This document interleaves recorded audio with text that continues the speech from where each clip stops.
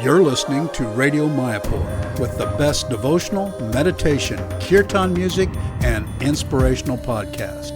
This is Radio Mayapur.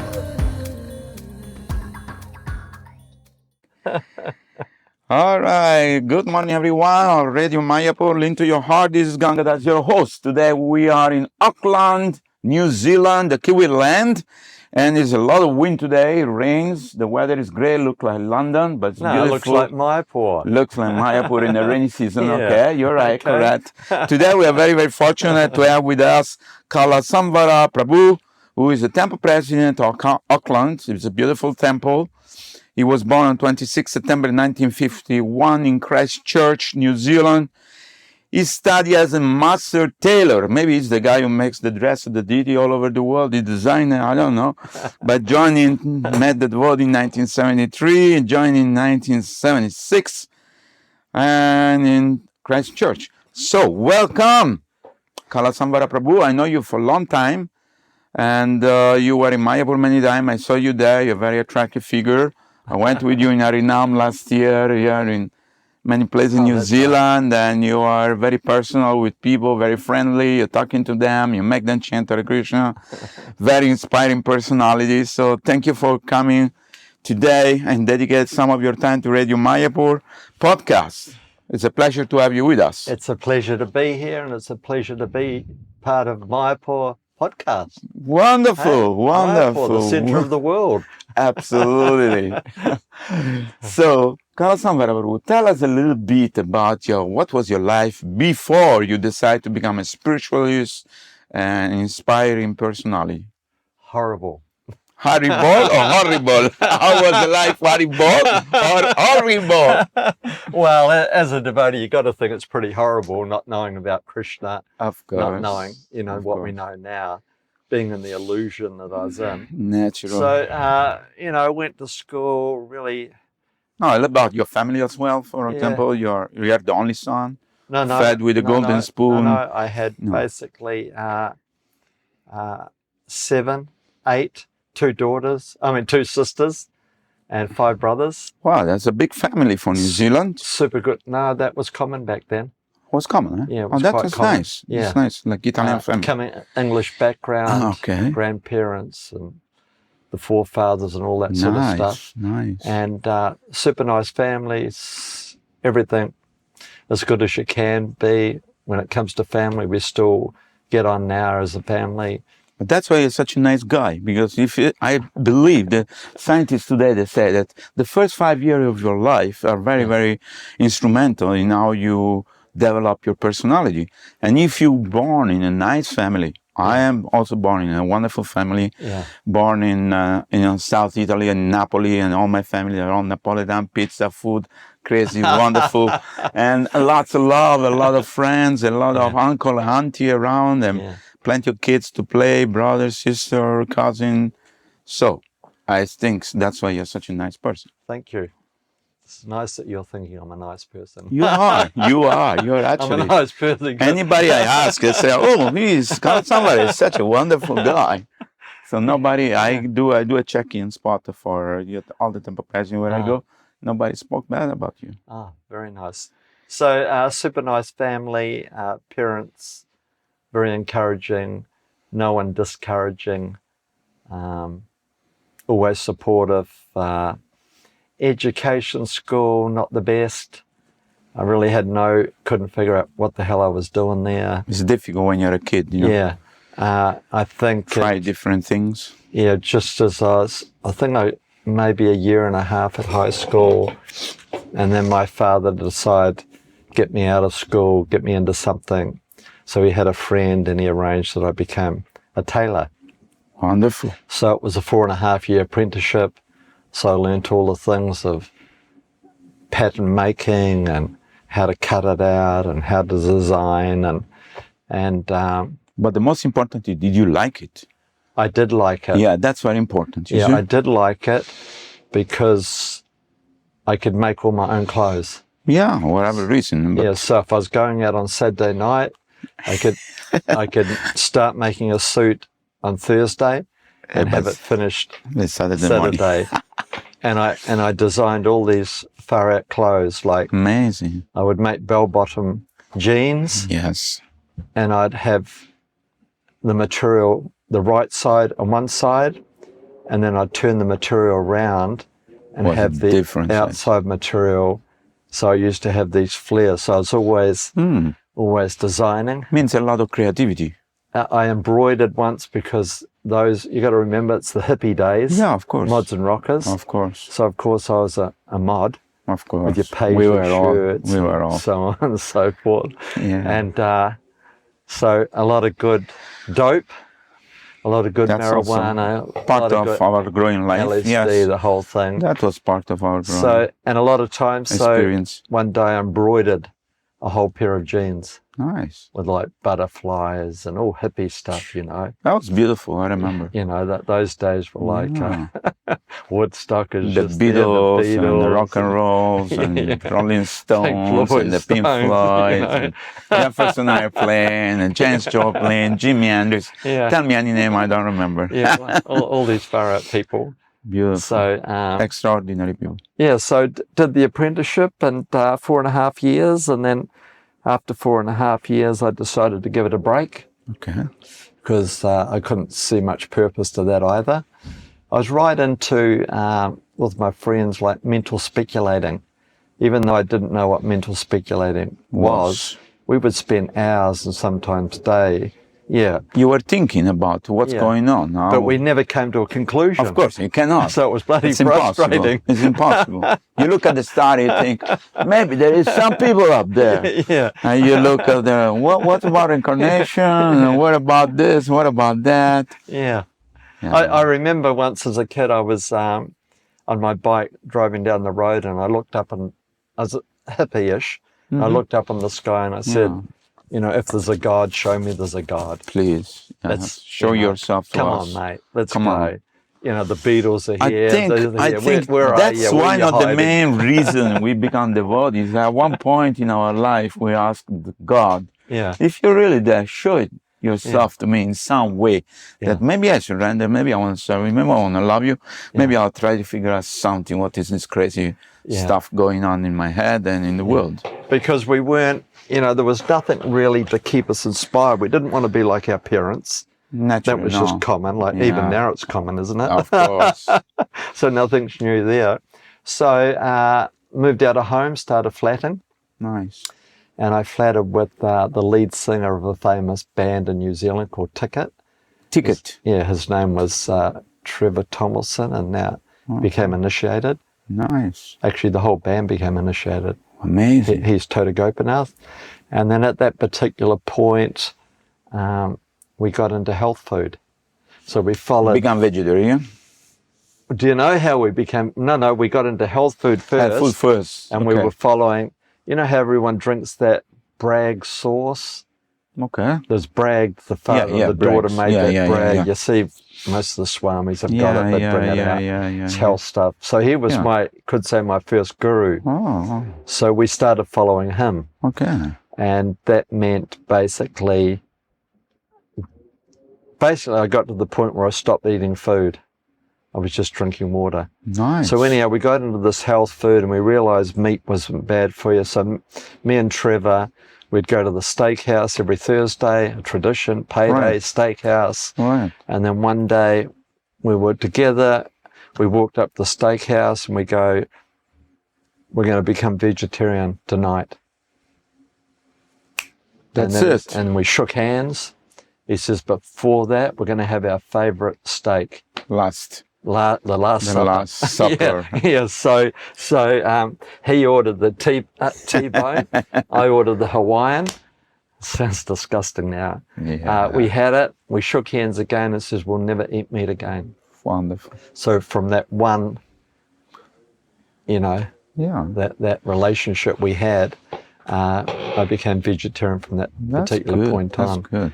So Bragg was into this whole thing, cider vinegar and honey, and you got to fast, and so his goal was you fast for 40 days. You know, Christ started fasting That's for a 40 long time, days, yeah. walked on water. Yeah. But how you did it, you prepared yourself. So first of all, you gave up eating solids, it's a gradual process. Yes, distilled water, this juice, that juice, and this juice. So then I was basically, then you do 1 day a week fast, 2 day a week fast, 3 day a week it's fast. gradual, you do it. So Nice. I got to the point where gave up eating, just drinking. 3rd day a week fast, and then someone invited me to the Hare Krishna temple. Then you broke your fast because it was Sunday feast, love feast or something. Yeah. What do you call it at that time? Now the person who invited me was a person who had given up his flat for the Hare Krishnas to have their first flat Wow. in Christchurch. I didn't know all this. And he just says one day, he says, we're going to the Hare Krishnas, don't worry about cooking today. So I went to the Hare Krishnas, Hare Krishna love feast. There was no love according to what we experienced. No, of course. But the different spiritual love. Spiritual love. So they brought out, they did the kirtan, the class. I think they read a Krishna story or something. Mm-hmm. And then we sat down to eat. Oh, and this is bad for you. I said, you've cooked all the goodness out. Look at it. You've Overcook. You've overcooked. Yeah. You use salt and sugar and, you guys have got to give this up. So, because you're proud. Of course. You're on the next level. Yeah, Pauper's proud of his penny. and there was like 3 or 4 maybe brahmacharis and one person in white. And I remember saying, oh, he must be really advanced. They go, why? I go, because he's the only one wearing white and all you guys are wearing saffron. So I walked out, not interested whatsoever, had no interest. But you ate? I ate the prasad. Okay. Of course I ate it. Of course. You test everything. You might have a philosophy, but when it becomes prasad, the philosophy goes out the back door. Can't renounce that. So I ate them. That's good. And then I walked out the door. Never ever thought I'd go. Had no interest whatsoever. And later on, a few months later, someone gave me a book to read. And then I read the book halfway through and I go back to the person, it's really not for me. Come on, mate, I'm a philosopher. I'm going to do the 40-day fast. I don't need. We are on the next level. Yeah, I don't need all this stuff. No, this is for kids. yeah, this is for kids. And then I met the devotees maybe about, 6 months plus later. And then I thought, geez, I better ask them what they were all about. So I approached them, what's it all about? Happiness. I says, I'm happy. They says, your happiness is temporary because you're stone. We can see you're stone. You have an up and a down, just like this building here today, gone tomorrow. Yeah. What's the use of your so-called happiness? And I thought, geez, that's far out. That's deep. I like that, mate. I like that. And then I says, can I come round again? And I went round. And it was on a festival day. So it was like Haridas Decor. There's 3 festivals in it. Yeah. In the row. Yeah, and then when I left there, I started chanting 16 rounds and never stopped. Far out. But would you say that the prashadam you took that day planted the seed inside your heart? Would you say that? Yeah, that damn prashadam. Yeah, you see? I knew it. These people, they're poisoning you. They're capturing you and then distributing pakora and ice cream. Drugs in this prashad. Like all the other devotees, it was the damn halava. Yeah, the halava. Forget about the sabji and the curd and the pakoras. Once you have that halava, you fall in love. You're finished. You're finished. Finished. You're not the first one. I met many devotees like Satadanya Prabhu. Yeah. He joined in New York in 72 or something. And he said that, when I test the halwa, I say, wow, this is the next level. I know. And even till today, every Sunday, they bring me a cup of halava. Ooh. Every They Sunday. just make you remind you and re-establishing your Krishna consciousness, remembering you. They know don't go anywhere. They know I'm going through a tough time. They go, here, Carla. Wonderful, man. So that was the beginning. Wonderful. But then you did a lot of service, for sure. Tell me, how did you first meet Srila Prabhupada? In which place? And you saw that jumps right up ahead. We went to basically open the temple in Melbourne. Oh, okay. Yeah. Which year it was? Was it 74 or 74, 75 or in between that area? And so they just brought that place that they've got now. Yeah. So we went all over there to help. And Actually, Prabhupada did the installation of the video. I saw the Yeah, I was video there for and the that. photograph. In the initiation, you see the yajna. Yeah, I'm yeah. a couple of steps You're down, there, you're sitting there. down. Yeah. Yeah. So I was right next to them there. So that's when I met Srila Prabhupada. What was your impression of seeing Srila Prabhupada, the Swami from India? You know, small stature but big personality. It wasn't like, wow. It wasn't like, well, I was like, oh, this is the person I've been reading about. Okay. It was more The like, author.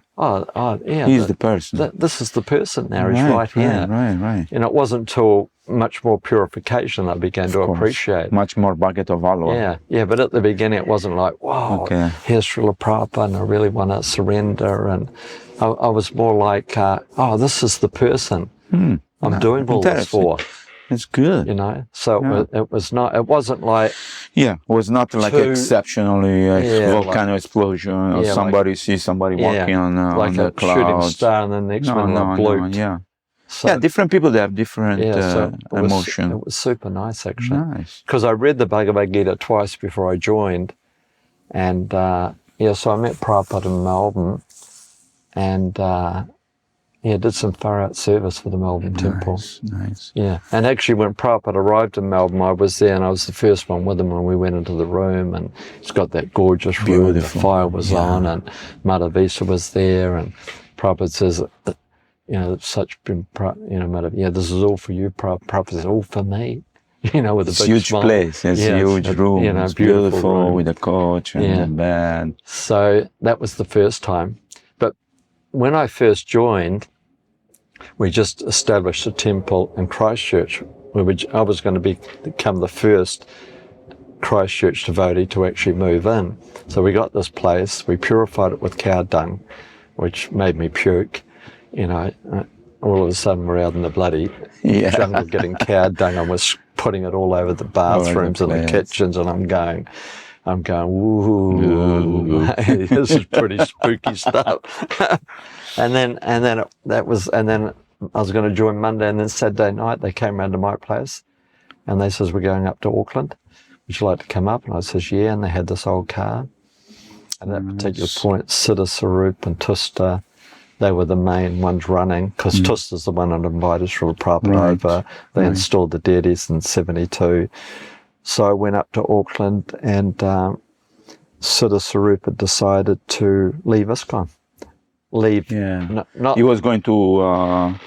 he was in Hawaii. Yeah, he was in Hawaii. Yeah, but he didn't want to be part of... He didn't want to be part of the institution, still wanted to be part of iskcon. Right. So that happened here, and it became official in 76. Nice. It's the time when I got initiated, and it's still Jagannath. And so it was a pretty thriving community. Yeah. Those guys were super successful. Had the fantastic, super, successful spirituals guy in Sense Factory. They had a branch down in Christchurch. They had a travelling Sankirtan team. They had, what was it called? The Lotus Restaurant, a fantastic vegetarian restaurant. Nice. A lot of huge preaching, a lot of them. Wow. Yeah, a lot of devotees. So I came up, they had an Easter Ghosty, Tusta had an Easter Ghosty, and they all left. And they went to Hawaii, right? No, they stayed here. They were already in Hawaii. Oh, they were established in Hawaii, they were established on the Gold Coast, and they were established here in a place called Whangamata, where the beaches are, because a lot of them were surfing. And they're still there? Yeah. And they're doing nice preaching? Yeah, they do. You don't know unless you know them, but yeah. A lot of home programs and they basically established the loft preaching. They wanted to live outside the temple and preach, plain clothes, and that's what I told. What was it, Redinanda? I says, your Krishna West is so old it's unbelievable. It was established by them. Yes. Long time ago. Yeah, a long time ago. It's nothing new, and it's always been part of our movement anyhow.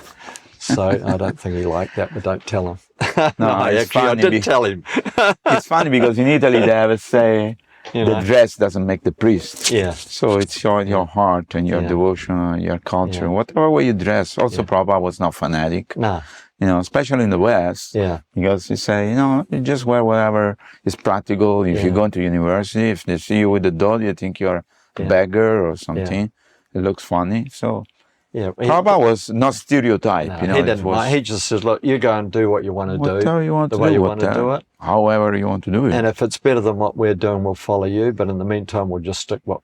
They didn't like things like wampus on Harinam. They didn't like the way we're shortchanging book distribution. Right. They just didn't like that aspect. They wanted to have a little more class to it. Well, basically, they weren't too far outside of...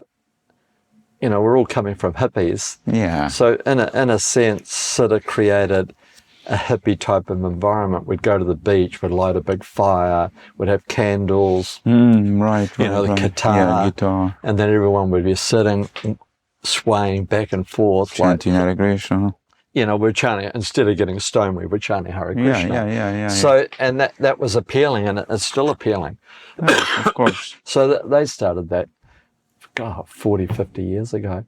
But then, maybe Prabhupada was still initiating them, Yeah. but then it got to a point where they were having problems with the GBC. Right. And then Prabhupada said, well, the GBC is my body. authority. If you don't accept the GBC, Then- you don't accept me. Then he stopped initiating them. But until that time, he was initiating them outside. Right. Yeah. But let me know, what was the reaction of your father, mother, brother, sister, that when you joined Hare Krishna, they were happy or they were unhappy or they were saying, what's going on? Oh, they were happy. They you know, I mean, At least you're not taking dope, you're vegetarian, you seem well, I was to be still happy. taking dope. I was still taking dope. Actually, you know, you know, for the first like 6 months to a year, I didn't give up taking dope. Okay. But I made sure I always chanted my 16 rounds. Okay. Actually, at the beginning, I chanted 32 rounds a day. That's good. Because I was living in an environment where I weren't sure what the people were thinking. Right. So I called them my Moochie rounds. I was still in bed, Hare Krishna. And then I'd get up, have a shower, get clean, chant again. and I'd chant another 16. Nice. And then people would ring me up at night, like on Saturday, Friday, and they'd go, oh, where are you, James? Because my name's James. And I'm going, oh, I'll be there in 20 minutes. I didn't tell them I still had a couple of rounds to chant.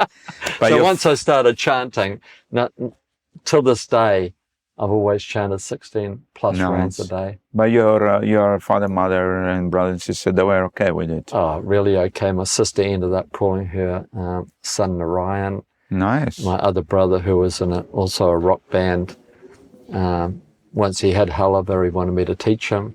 So when he came home from the pub at night and got stoned, he would make, and I says, I'll only make it on one condition, that before you eat it, you go Krishna. So I taught him how to make halva. Nice. You know, and even today, super favourable. Wonderful, Yeah, wonderful. super favourable. No So, problems there whatsoever. Tell us a little bit about what's going on here in Christchurch, in Auckland, because there is a lot of, I don't know whether your responsibility is only limited to here or the whole New Zealand.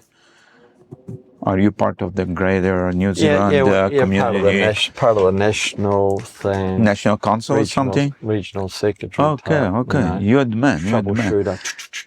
Okay. But I don't have to really travel because each place is pretty much Together, they're established. doing good. They're all old enough to look after themselves. Nice. And yeah, What's going on? what's going on? The magic is continuing, and the preaching is going on. Yeah, the preaching. I see a lot of Indian people in all of the temple. Yeah. Not so much in Australia, some temple in Australia, Yeah. but New Zealand as well. I Yeah. see quite a lot of. What What happened- about the original Maui people, or original people from New Zealand, or the New Zealand people? At the beginning, there was no Indian cultivation whatsoever. No. And then we went through that Acharya stage where we did the paraphernalia. Right. So here we were doing like $2 million a year, Nice. just on paraphernalia. Wow. So, you know, and the school was just established for the Westerners, and the community only had Westerners. We didn't even think about Indian congregation. of course. That all happened after the Acharya Okay. left, and then the income went down, and all the devotees that were doing the collection either started collecting it for themselves or giving them to their acharyas. Right. So the temple's like this place became a slum, you know, There because was nobody. the people went, the money went, and then Everybody's whoever I left here and I was temple president of Wellington for a couple of years, and I was temple president of Christchurch for 11 or 12 years. So I've been in the management 40 plus years, you know. tough. Nectar. Nectar. I love that. I love it. Love it. Yeah. Nectar. So there was so that when I was in Christchurch, it was all Westerners, no Indian congregation. Right.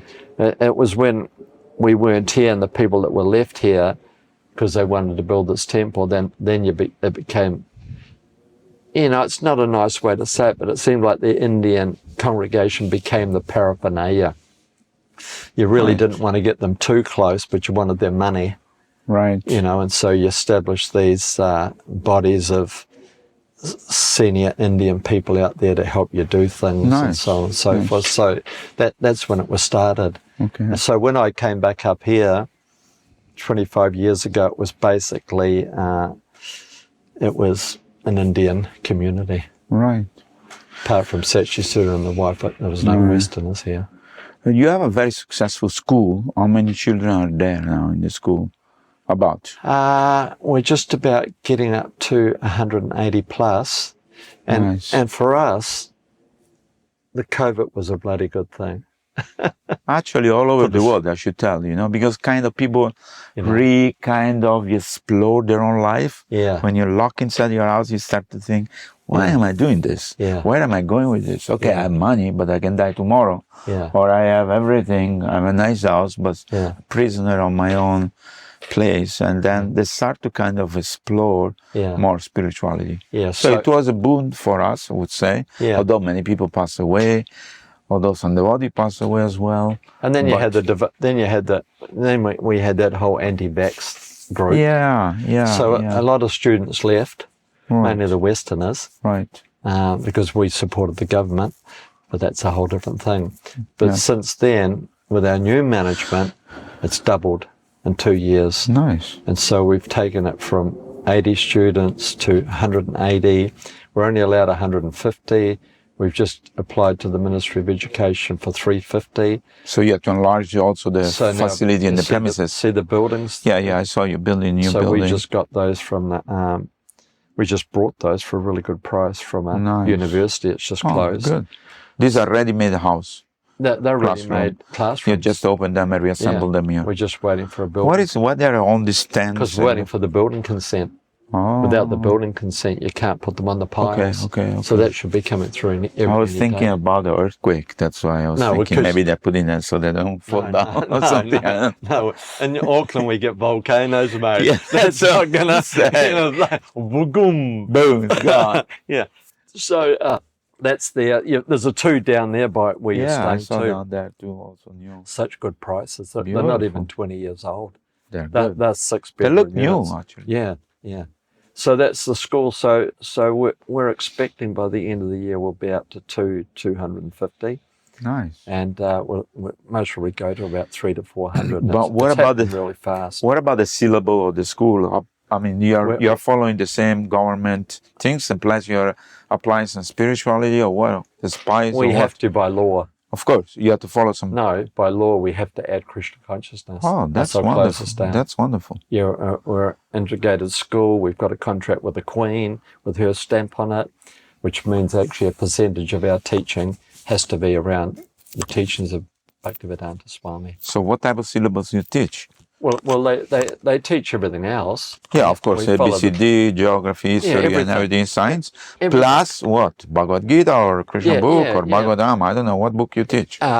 Mantras, kirtan in the temple. Nice. All the major festivals, they have their own Janmastami, Radhastami, Bhaktisiddhanta. They come over, do the whole thing. Abhisheks, Madanga lessons, And plus, obviously, you explain to them why we're doing this. It's not just rituals. It's not just we just do this because it's a ritual. No. It's like there's an explanation, Yeah. a logic understanding of why we worship the Supreme Personality of Godhead, and with a certain way according to the Vedic. It's fantastic. It's beautiful. So if we don't do that, they can close us down. So make sure that you keep on doing that. Yeah. So we're forced to actually have, Krishna consciousness in our school. That's what's called the Hare Krishna school. Yeah. How cool is that? It's super cool, man. Yeah. And you see the buses, so we travel out to different suburbs and pick up the people. And then later on, when they get this more established, then they'll create satellite. But at the moment, we want to get this together and get it pumping. Wonderful. So, super nice. So what's the future plan you are having in store in your heart for this temple? What is a secret which nobody knows? Tell us. The secret. We are listening all over the world. No, the secret means how you can plan to conquer, the New Zealand people or the. Well, that's why I created Holy. Oh, okay, Holy. Yeah, that's a big festival in America. They do. I've seen thousands of people that join. Yeah. There is a DJ with a Hare Krishna band. Yes, for New Zealanders, it's tough to get them in the door. For Kiwis. Okay. Indian, you just put a dome. Of course, they all come. Well, that's our temple. These are our deities. This is our philosophy. Yes. I am Hare Krishna. Yeah, you scratch Prabhupada inside them there is some devotion. It's true. So, we always rack our brains how to get the Westerners in. So, after looking at Charu's thing, took us 10 years. We were discussing, let's do it, let's not do it. So last year we had like 15,000 people. We do it right here. That's big. Yeah.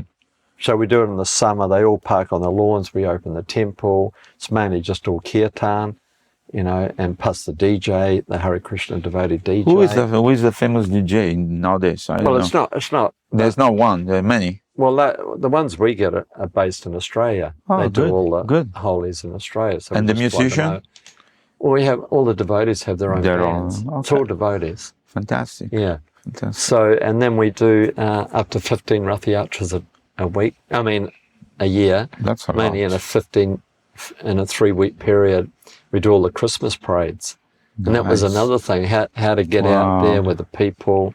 And it's good because every suburb around here, like you can go, one of them's got the Islanders, and it's got the Maoris, and it's got the, Indians, and it's the Westerners. So every Christmas parade, you're heading. Boom, distributing prasad, and the people see Jagannath. Yeah. So creating a lot of Vagyada security for everybody. Yeah, so we've started that. But the New Zealand people, they look like to be peaceful and happy and naturally non-violent. I don't know, maybe the Maori, they're Kshatriya, but I don't see violence around, I don't see... Well, it's not America. We haven't got the population. My God, America is scary. It's like anybody, it doesn't matter if you get someone intoxicated, you get a crazy person. Of course. So we don't usually get hassled so much. No. Like we used to in the old days, but they're just as happy as anyone else around the world, I suppose. I don't know. I really haven't really given it much thought. So preaching-wise, we'll have the restaurant up the front in that old building. The temple's too small now, so we're going 6 meters out. We're just doing the plans now. Right. Paraphernalia, we're going so many meters downstairs. We're building a big hall, so we're just finalizing those plans there. But when you do this holy festival with color, you have a pandal, or it's just open into the grass? Here. Right here. But you have a pandal or no? No, it's covered? No, it's open because it's nice weather at that time. Yeah, we just have the stage and... it's like Woodstock. We open downstairs. They can come inside. They can come in the temple. Right. And the dyes are really good. That they don't stain or anything. These are all natural dyes. Yeah. And in the end, you give prasad to everybody. We have prasad. Nice. Yeah, we have. That's prasad. Beautiful. That's a nice program. Yeah. Then we were doing school cooking programs for a while, but now the government's changed all the policies on you can't cook and take and all that sort of stuff and. We do prasadam and Harinam. But you have a restaurant in the city as well? We don't have a restaurant. Do you think we should have a restaurant? Well, we have. Well, that's mainly David Metamarage's area. They have the loft where they serve prasad and do the loft. So that's nice. He takes care of like the Western preaching. That's good. That's his forte, and he's a really expert at it. That's fantastic. and I basically oversee. I don't do much at all. You know, I've just got such a But good somebody's doing it. Yeah, The well, Bhakti Maharaj is doing it and he's successful. So yeah, he's doing that will be pleasing to Srila But Prabhupada. even pushing on the movement here, it's mainly done by certain These devotees people, from a yeah. council. They're Wonderful, all qualified wonderful. people. They're the So ones- what are the main hurdle for you, or the main obstacle, if there is any? Is there anything, anytime you want to share, like you went through tough time with something? I don't know. obstacle. No, there is no obstacle in Krishna consciousness. Everything is smooth. Yeah, no. No, come on. I really can't think of it. The only obstacle would be myself. Oh, you're such a nice guy. You know, Okay. I that's understand. it. That's the only obstacle I can see. Just the more I can keep away from the devotees, the faster things develop, and I get involved. I'm just enjoying, you know, this part of my life. That's beautiful. I've still got good health. I dress the deities on all the festivals, do Harinam Fridays, and I go to Vrindavan every year, Mayapur apart from the last couple of years, you know. So you would certify that this Krishna conscious movement can give real happiness to the soul. Can you certify that? Put a stamp on your signature. Anybody who takes seriously Krishna consciousness is bound to be happy and enjoy the spiritual adventure, which is full of fun. Can you say that? When I go home at night, Yes, I thank Prabhupada. of course. I thank Prabhupada. Says, thank you very much, Prabhupada, for allowing me once again to do some incredible service for you. And I go, thank you, Sri Sri Radha Giridhari, who is our dear. Nearly every night, I appreciate, and even just the other day, because I had this sickness, Fijian flu, and I was thinking, Krishna, you've looked after me so nicely. Always. How the hell can I complain? Cannot. You know, I'm 73 this year. Health is You look seems younger, to be man. all right. What type of pills you take? You know, I still take LSD. And cocaine. No, you don't. Come on. Smoke dope. You know, that's that cup of halibut. The cup out of there, keep my away. Every Sunday, mate. That I recommend. Nice. And I've never. I'm not on any diet. I've never had to at this point in You're life. looking good. I'm not. You know. So I really can't complain. No, absolutely. You know, wonderful devotees, wonderful kirtans. It's, you know, when you see the whole there and you see the Rathayatras and you're out on Harinam and people are participating, especially being in New Zealand, Yes. because it's the furthest place away. From anywhere else. Like, you look at it, we're like, Yeah. you know, You're go like any in the end further- of the world, You go man. any further, mate, you're going to fall over the edge. Yeah, It's yeah, just, you can yeah. see it. The earth is flat. Yeah, you can I see know it, you. mate. I know you.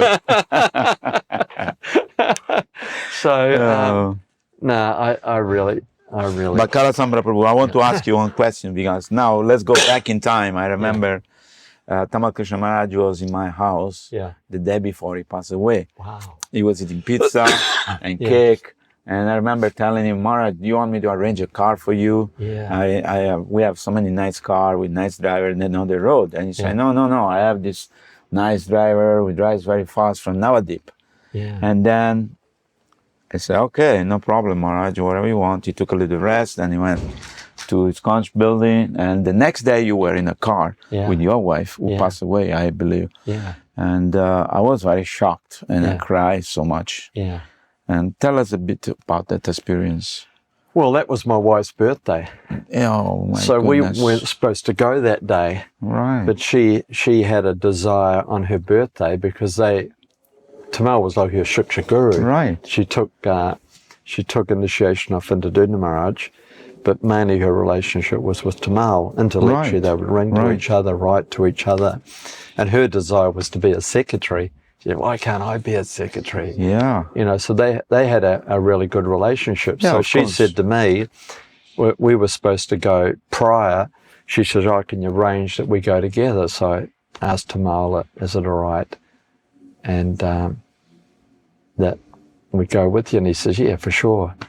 So that's how we ended up being in the car at that particular time. And so we're in the car, and there's never a dull moment with Tamal. No. So I think the first 20 minutes was just getting a safety belt to work. You know what he's like. Yeah, all right, is this this thing tight enough, doesn't work, Carla? Is it, is this right? Is that right? And we were just... He was sitting in the front next to the driver. He was sitting in the front, and I was sitting behind the driver, and then my wife was beside, and then we were basically just talking. We were talking about how there's a shortcut now, and we were talking about how... Shantipur shortcut, yeah. And then we were talking about at Karatek, we're all going to get together and spend a couple of months together at the palace, going into chanting. He says... Nice. The good thing about me and my wife is we had the same taste. You know, going to the Dham, chanting, Prashad Association. So he picked that up. Nice. So he says, okay, come over in Karatek. We'll spend a couple of months together and we'll really get deeply into our chanting. Because me and him used to chant on top of the palace at night, overseeing Govardhan. That's how I got my taste for Govardhan. Beautiful. And he would discuss how the king would sit there, and Govardhan, of course, when the lights change, you get that whole glistering colour change. It's a mystical experience. Yeah, so we would sit there. So we were just talking like that. You were, yeah, let's do this and let's do that. And then the next minute, there was just a blank out. Boom. Yeah, because I also hit the roof. Yeah. And so that I woke up when the car was upside down in the air. So I went unconscious for a moment, and then I was upside down, and the car slid along and it stopped on the other side. And then I smashed the window to get out. I kicked the window and got out. And it was funny because in my mind I was thinking, oh, we've had an accident. Oh, no big deal. We'll just get another car and go to the airport. Right. So it wasn't until I got out, the car was upside down. Tamal was still in the car. Yeah, upside down. So, and then by that time the car behind us had stopped. They were there. The disciples were freaking out. The whole thing. Then by the time all the villagers had come, so they were grabbing bags and taking them. Yeah. So then I helped Maharaj out, and we put him on the grass, and I helped my wife out, and they brought another car and went to the hospital. And then the doctor says, he says, Tamal left instantly, but he says my wife was in a worse situation because she had 10% maybe brain functioning. So then they took it out of the hospital part, and just, on the floor, all the beds were taken up.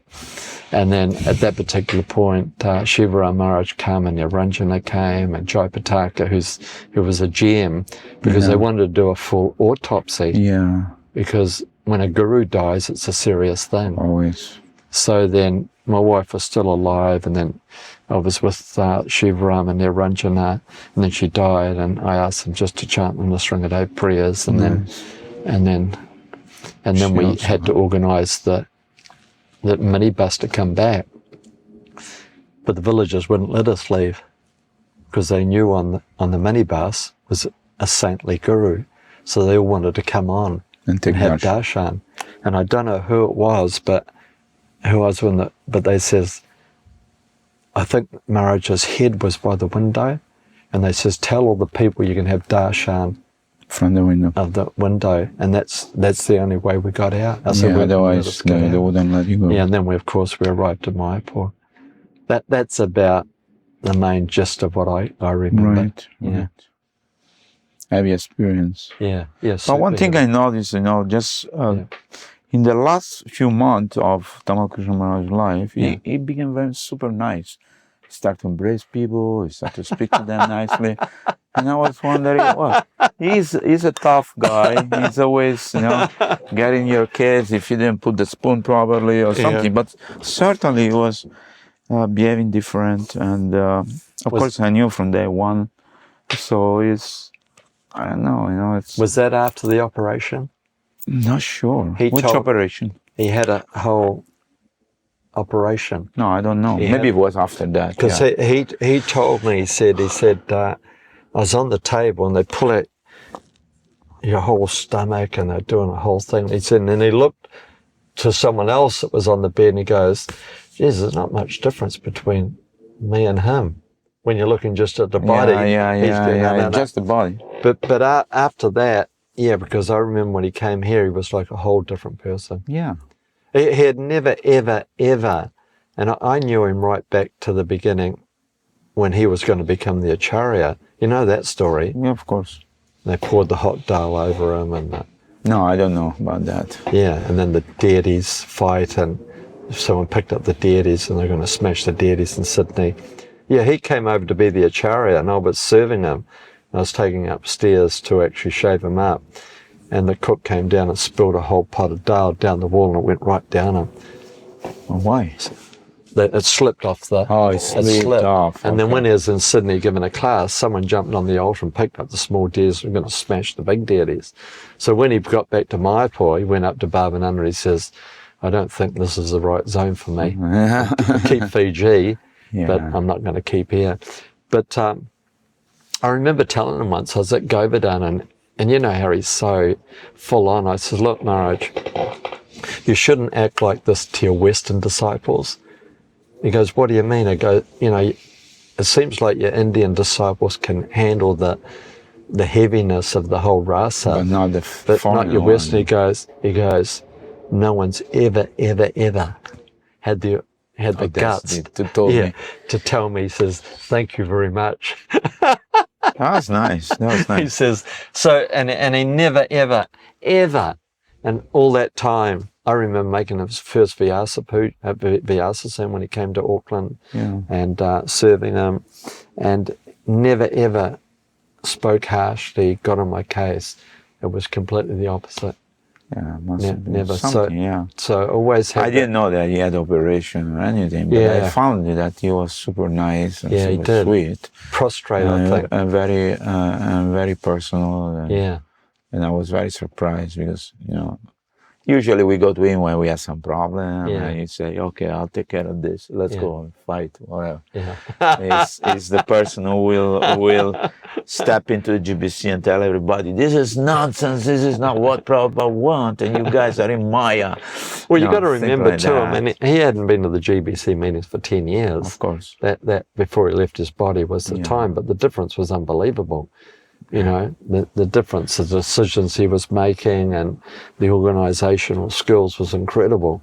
It's like Bear Krishna Maharaj says once, if Tamal was here, a lot of these problems wouldn't exist. Yeah, of course. Of course, you'd have the other problems that Tamal created, but... Of course, that's a separate issue. But he was a natural leader. There are few natural people who were born leader, you know? Yeah. Like him and Bhagawan and so many other people. Yeah. I mean, few people in our movement that were like... Powerful. They could powerfully re-establish, you know, balance and stuff, you know, and when people went off the road, you know, they bring them back and they spoke to them. And he was really good with people. He was very good. Even as me, as a manager, he told me who's going to support me, who's not, who to watch out for, he knew, who not to watch out for. He can see things. He said, this GBC man will never support you, and which he never did until now that he's not a GBC or a guru. Now we're mates. It's funny how things change, isn't it? As soon as the titles go and the whole thing, and it's so far out. But yeah, I mean, so I think if you can, most devotees, if they can, take up some service, take up some responsibility, because it's a really far out learning curve, you know. Yes. How to deal with people, how to not to deal with people. You create friends and you create enemies. That's always there. Damned if you do, damned if you don't. You could say some people like me, some people love me, some people hate me. That's part of life, and then, you know, in the ordinary. And then people say, well, what keeps you going? And I say people like Arjuna, Queen Kunti, Draupadi.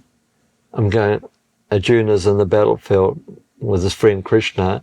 His son Abhimanyu is being murdered by these great... Did he bloop?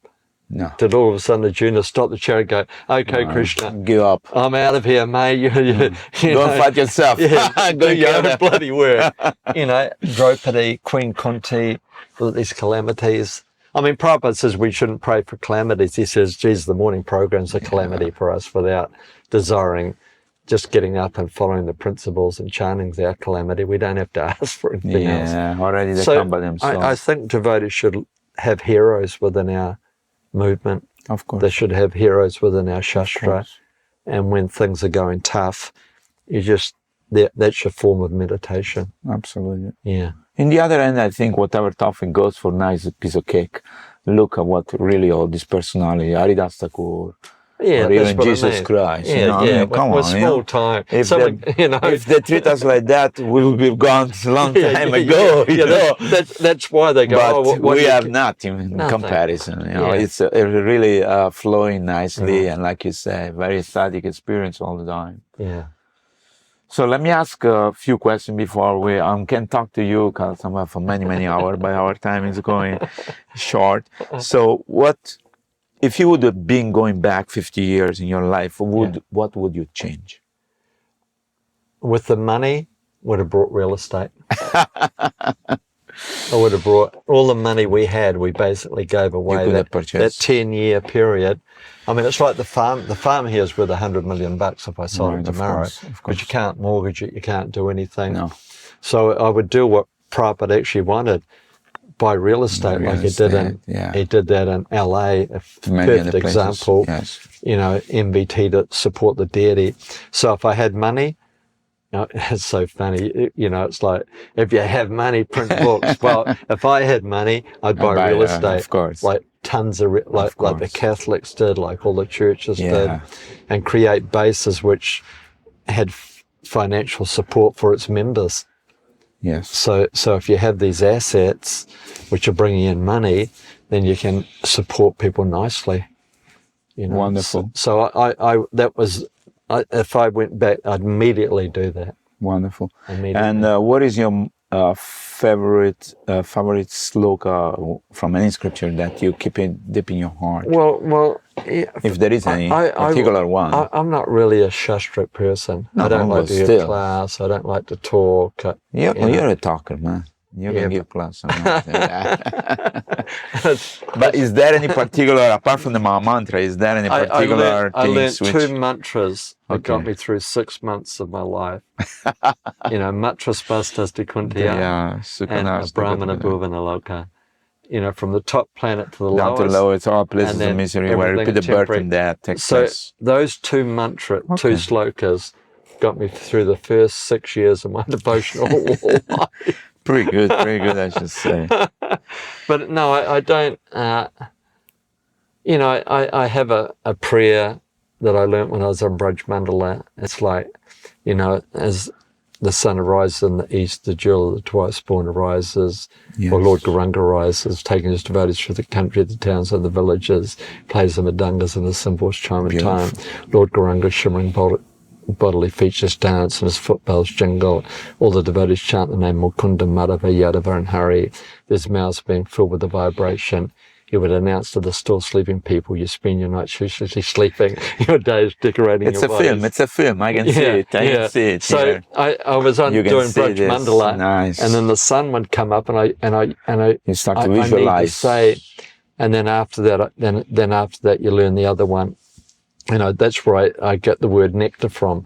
People say, you're always saying nectar. And I says, because Bhaktivinoda knows we've got to drink the nectar of the holy name. Always. And then Lord Chaitanya says, I've descended just to save you, other than myself, who is your friend. But what about this? I brought the medicine will wipe out the disease of illusion. That is the disease. You know, you go to the doctor. Knee ache. No, I'm an illusion, mate. You know, doctor has to open the keto. So verses like that I say continuously in my mind. Wonderful. I love them. Now, I want you to give a parting message for our audience of Radio Mayapur. Give them something that you feel they should know from you or from your heart. A parting message. Well, I think it's the holy name. Okay. I mean, I basically tell people don't change anything, just add. Krishna. You can add the name Krishna, then everything else will fall apart, fall in line. And follow in line. Nice. And in doing that, that word Krishna and that relationship will bring the satisfaction that you're looking for. It'll it fulfills a need. So I just encourage everyone to do like Haridas prayed, may I have 10,000 ears and 10,000 tongues so I can continually chant this mantra.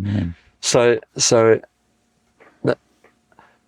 I base my whole life on the holy name. Beautiful. And That's when I amazing. see people, I tell them, I don't care what you do, add Krishna, and then let Krishna work for you.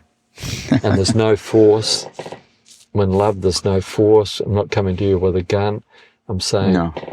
this will take care of all your needs. So, and serve the mission. It's such a far-out mission, Lord Chaitanya, especially Mayapur, come on. You know, Lalita, Vishaka, Champakalata, Indraleka, Sri Chitra, Sri Tungyavit, what is it? Vichitraviri, You know, Tungavidya. you've got the Astashakis there, you know, you've got the Panchatattva there. Hey, you've got the damn Ganga. Yeah. It's Charanamrita. It's coming from the top of flowing, Vishnu. the Come flowing on, Ganga. through celestial planes on the Yeah. head of Lord Shiva, and then you get to bathe. Come on. Every day I would bathe in the Ecstasy, Ganga. ecstasy. So if you're in Mayapur, you've done something super, super incredible. Well, I shouldn't even say that. We're in Mayapur because of the grass hut. Of course. And the Prabhupada. person who sat in there and did what? Chanted Hare Krishna, Hare Krishna, Krishna Krishna, Hare Hare, Hare Ram, Hare Ram, Ram and he Ram. sat in Thompson Square doing the same thing. And the policeman, and the policeman said, you're not supposed to be here. Prabhupada didn't get, well, I'm the founder of Charya here, mate. I'm Bhaktivedanta Swami. You know, Have some respect. Sits on the grass, Hare Krishna, Krishna, just the same thing. And from that, our whole movement. Let's start. You are a beautiful person, Kalasamvara Prabhu. I really enjoy being with you. And please come to visit Mayapur and inspire everybody to take up this chanting. Thank you so much once again. Hare Krishna. Hare Krishna. Thank you very Srila much. Prabhupada ki Jai. jai. Ananta Koti Vaishnava Vrinda ki Jai. jai. Hari Hari Bol. Gaur Premananda. Hari Hari Bol. Thank you. Wonderful. There you go. You're listening to Radio Mayapur with the best devotional, meditation, kirtan music, and inspirational podcast. This is Radio Mayapur.